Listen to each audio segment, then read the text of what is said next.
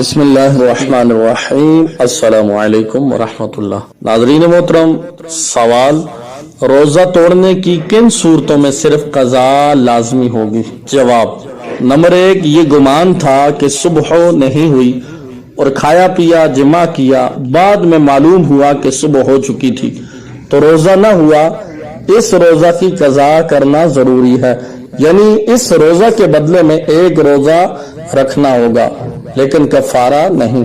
Number 2، کھانا پر سخت مجبور کیا گیا، یعنی اکراہ شرعی پایا گیا، اب چونکہ مجبوری ہے لہذا خواہ اپنے ہاتھ سے ہی کھایا ہو، صرف قضا روزہ رکھنا پڑے گا۔ روزہ توڑنے پر اکراہ شرعی کا مطلب یہ ہے کہ کوئی قتل یا عضو کاٹ ڈالنے یا شدید مار لگانے کی صحیح دھمکی دے کر کہے کہ روزہ توڑ ڈال۔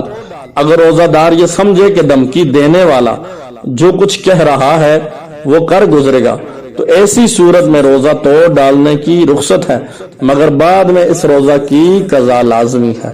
نمبر 3، بھول کر کھایا پیا یا جمع کیا، احتلام ہوا یا قے ہوئی، ان سب صورتوں میں یہ گمان کیا کہ روزہ جاتا رہا، اب قصداً کھا لیا تو صرف قضا فرض ہے۔ نمبر 4، روزہ کی حالت میں ناک میں دوا چڑھائی تو روزہ ٹوٹ گیا اور اس کی قضا لازم ہے۔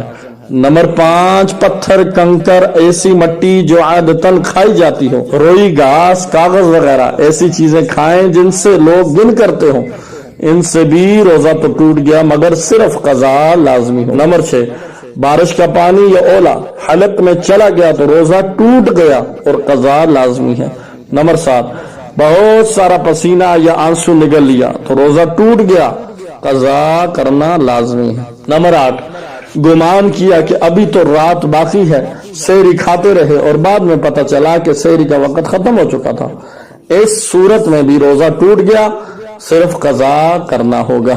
نمبر 9، اس طرح گمان کر کے کہ سورج غروب ہو چکا ہے کھا پی لیا اور بعد میں معلوم ہوا کہ سورج نہیں ڈوبا تھا، جب بھی روزہ ٹوٹ گیا اور قضا کرے۔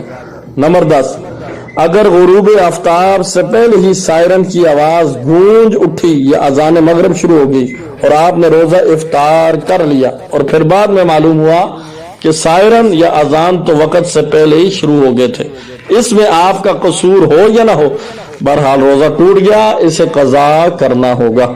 نمبر 11، وضو کر رہے تھے کہ پانی ناک میں ڈالا اور دماغ تک چڑھ گیا یا حلق کے نیچے اتر گیا، روزہ دار ہونا یاد تھا تو روزہ ٹوٹ گیا اور قضا لازمی ہے۔